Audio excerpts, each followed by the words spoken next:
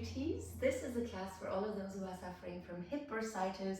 The following exercises may help you, but as always, check with your doctor and don't do anything that hurts. Don't do anything I wouldn't do, because that is kind of important, really listening to your body. You might know that you'll want strong glutes if if you're suffering from hip bursitis, just because there's that pressure on the tendon and the bursa if you don't work into your glutes, if you don't strengthen them. But you also want to make sure that you don't stretch your buttocks, because that's compressing the tendon against the bursa, so obviously that's painful. Don't sit for too long, I guess that goes for everyone. Don't sit cross-legged with that internal rotation, that's also not very good. Don't stand for too long, don't walk for too long, and obviously don't lie on the affected side. That's sort of the tips that I would give, but we'll get straight into it. Come down into your back. Oh no, wait, not straight into it.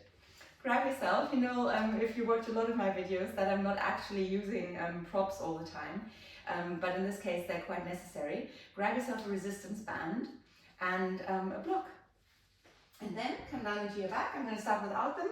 First exercise, just toe taps. So get comfortable here, raise the knees so that they're about the hips, relax your arms, whatever that means. They could be next to you as well, so whatever works here. And then breathe in and exhale. Let's go for 10. So just to start with, 1 and 2, 1. And this is going to be very exciting, me counting away. I won't be counting. I'll count silently. So just to get you into the mood here, and we're halfway. See, I was counting silently. 6 and 7, almost there.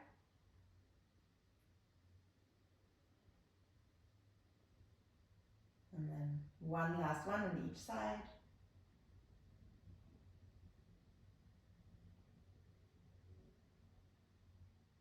Cool. And then just give your legs a little shake if you want. And then we're going to grab our resistance band and we're going to bring it around our knees, or rather around the thighs, just above the knees.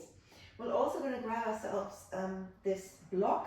Now, if you have a different block that's sort of a thinner, bigger one, thinner, longer one rather, then you can use that as well. Bring it between your knees and bring the feet onto the ground. And then we'll do 10. I'm sticking to 10 just because that's easier to remember, and it's also a good way to start.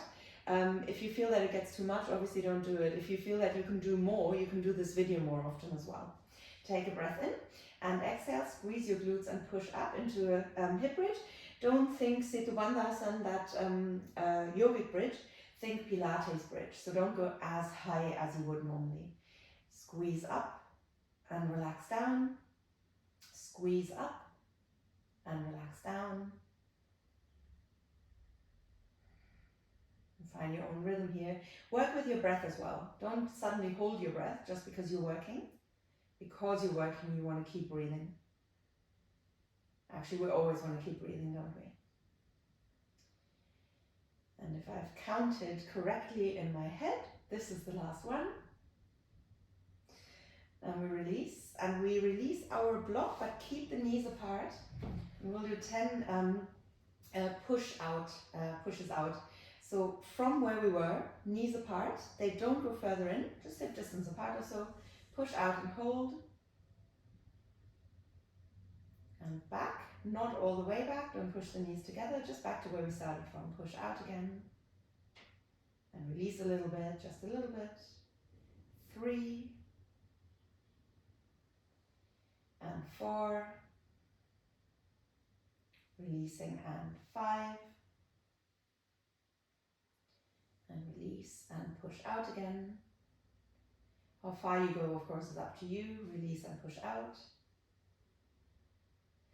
And release, push out. And 3 more like that.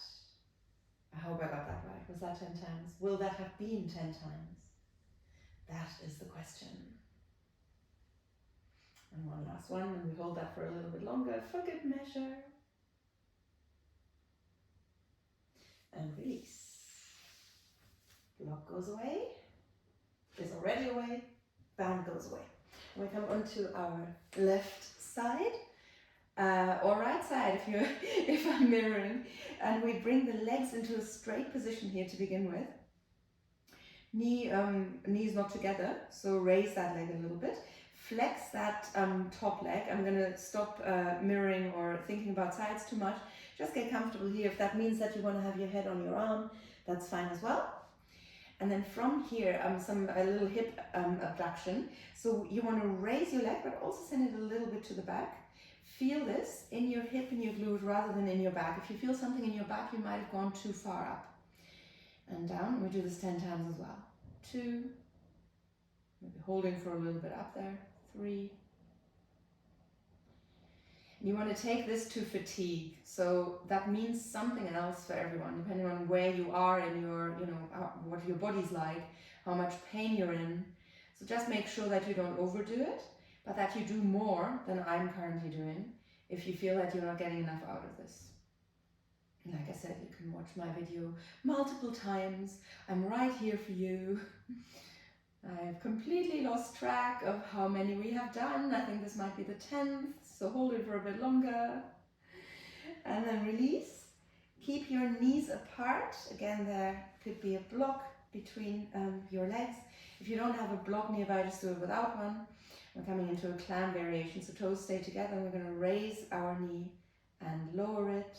Not all the way down. So if you're not using a block here, keep a little bit of distance between your knees.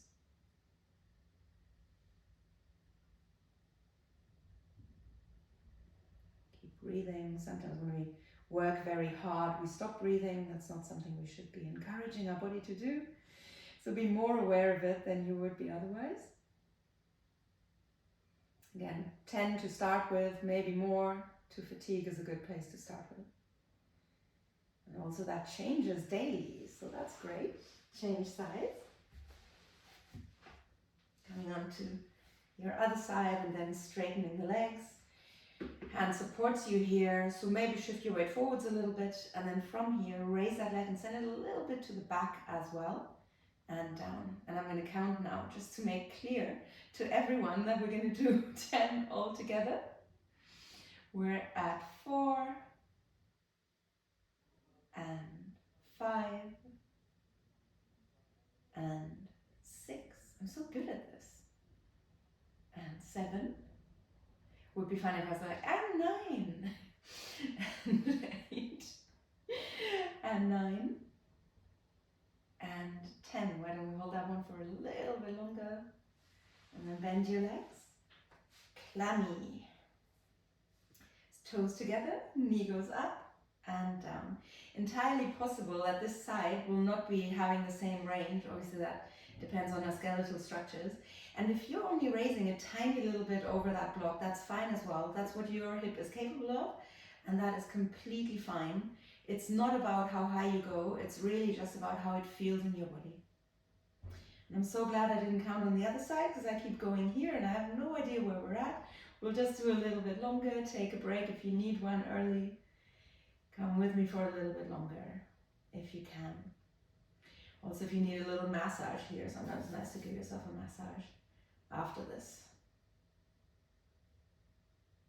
Cool. Stretch out, massage, do whatever you need. No need for those props anymore. And we'll come up to standing and come into a warrior 1 variation. Let's start by bringing the right foot to the back. Left knee in the front. We raise the arms and we send our right arm over to the left side. So that left hand could come onto your waist if you wanted. Could also go to the side here, and we'll hold this for, why don't we do 7 long breaths.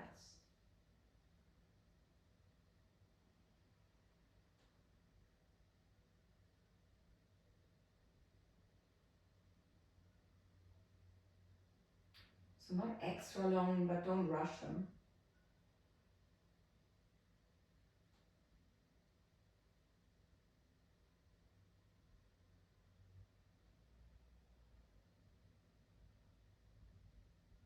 Keep your neck relaxed. And I'm out of this and into a little warrior 3 flow. I'm going to show you what I mean. Hands to the heart center. We're going to take ourselves to the front and raise the knee. We're going to flex the foot and then send ourselves to the back. Foot stays flexed. As we come to the front and up, we can point the toes. Let's do this 15 times, shall we? Maybe 10 to begin with? Yeah, maybe 10. Nah, maybe 15. My balance is leaving me.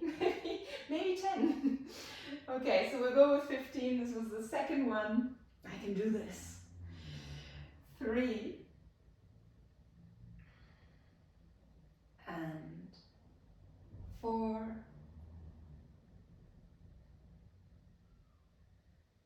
And 5.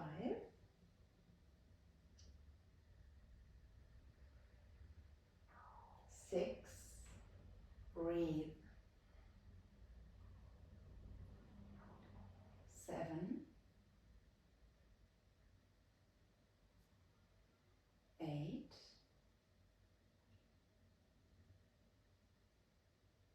9. And 10. Maybe we'll stick to 10 actually. Yeah, why don't we stick to 10? We'll come back, we shake it off, and we step that left foot to the back to come into the other side of warrior one. Raise the arms, and then send your left arm over to the right side. Again, that right hand could also reach over to the right side, but could come onto your waist as well if you prefer. Little lateral stretch here. Keep your pelvis from doing anything weird, so don't open up to the left side. Try to push that right hip to the back and keep your neck relaxed as you did on the other side.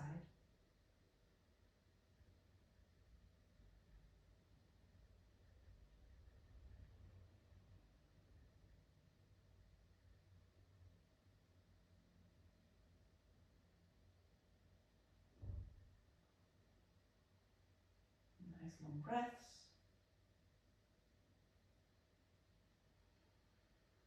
And slowly come up and into that warrior variation, hands to the heart center. We step to the front and then we bring that left knee up.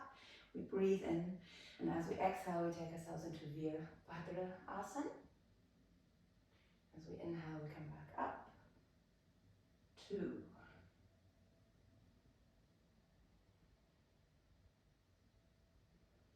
Getting ready for 3.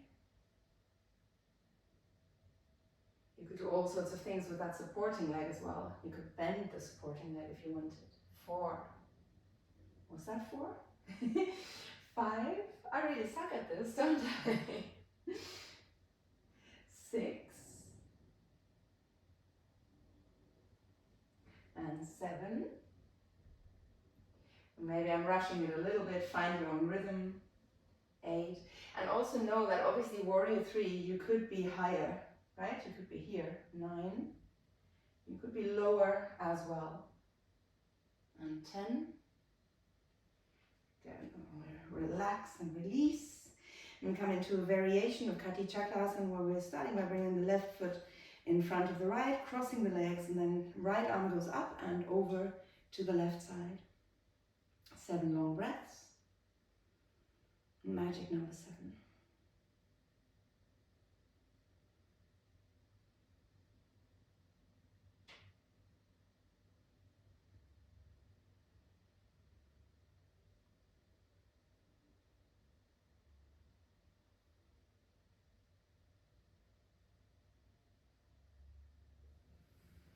And change sides, right foot in front, left arm up and over, and also the right hand could come onto the waist again.